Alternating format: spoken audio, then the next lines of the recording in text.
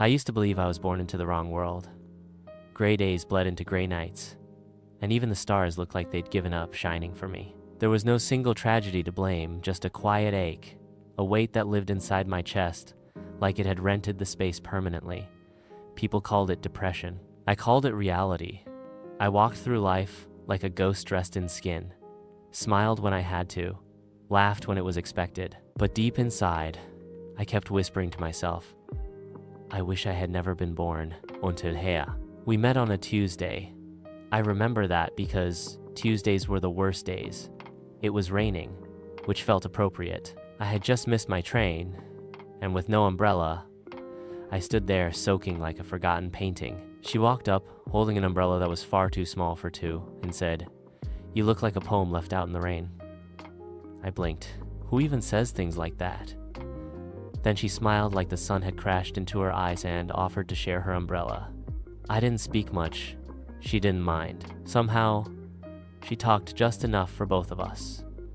Her words were music, her laughter, a key, and I didn't know it yet, but she was unlocking something inside me that I thought had died long ago. Her name was Alara.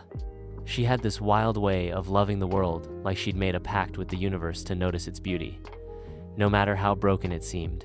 She found magic in coffee shop corners, in old books, in stray cats, and even in me. Especially in me. She never tried to fix me. She just stayed. And in her staying, I found reasons. Small ones at first. The warmth of her hand in mine. The way she said my name, like it meant something. The shared silences that didn't hurt. Then came the big ones. Her dreams became mine too. A future, a life, a chance to build a world where the colors came back. One night, I told her the truth. I used to wish I had never been born.